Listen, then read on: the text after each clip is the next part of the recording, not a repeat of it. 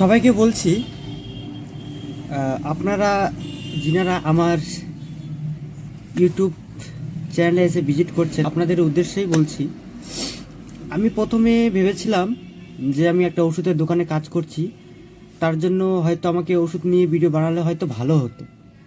তো এই বিষয়টা আমি ভাবলাম, সেটাও নিয়ে দু একটা ওষুধের ভিডিও অবশ্যই বানিয়েছি। তারপরে আমার নিজের ভিতর থেকে একটা অ্যানালাইসিস হলো যে আমার মনে হয় সেটা সুটেবল না।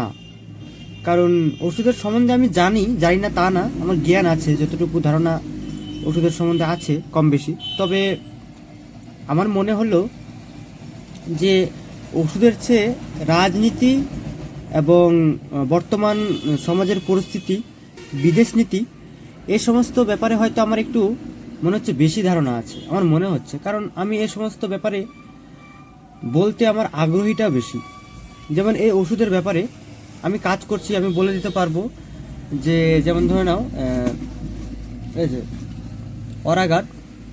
অরাগাত মাউথ পেন, এটা মুখের জন্য কাজ করে, মুখের আলসার তালসার হয়ে গেলে এগুলোতে কাজ করে, ঠিক আছে। এগুলো আমি জানি, কিন্তু আমার এটা বলার জন্য আমি ইন্টারেস্ট না যে এই ওষুধের সম্বন্ধে এটা বলবো ওটা বলবো, এই সম্বন্ধে আমার ইন্টারেস্ট জাগছে না, ভিতর থেকে ফিলিংস আসছে না। তবে আমি নিজেকে একটা দেখলাম যে আমার কোন সম্বন্ধে বললে আমার একটু ভালো লাগছে। তো দেখলাম যে আমি রাজনীতি সম্বন্ধে এবং বর্তমান পরিস্থিতির সম্বন্ধে বলছি, তো সেটাতে আমার আগ্রহ প্রকাশটা বেশি পাচ্ছে এবং বলার ইচ্ছাটা বেশি মনে হচ্ছে। তো আমি এ নিয়ে ভাবলাম যে আমি ওষুধ নিয়ে আর ভিডিও বানাবো, যেটা দরকারি সেটা বানাবো, কিন্তু আহামরি তেমন মানে ওটা নিয়ে পড়ে থাকবো সেটা না।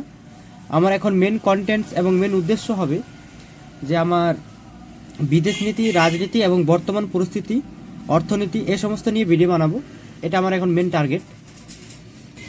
আমি এখন একটা টার্গেট নিয়েছি যে আমি লং ভিডিও সপ্তাহে 3 দিন ছাড়বো এবং শর্ট ভিডিও আমি প্রতিদিন ছাড়বো।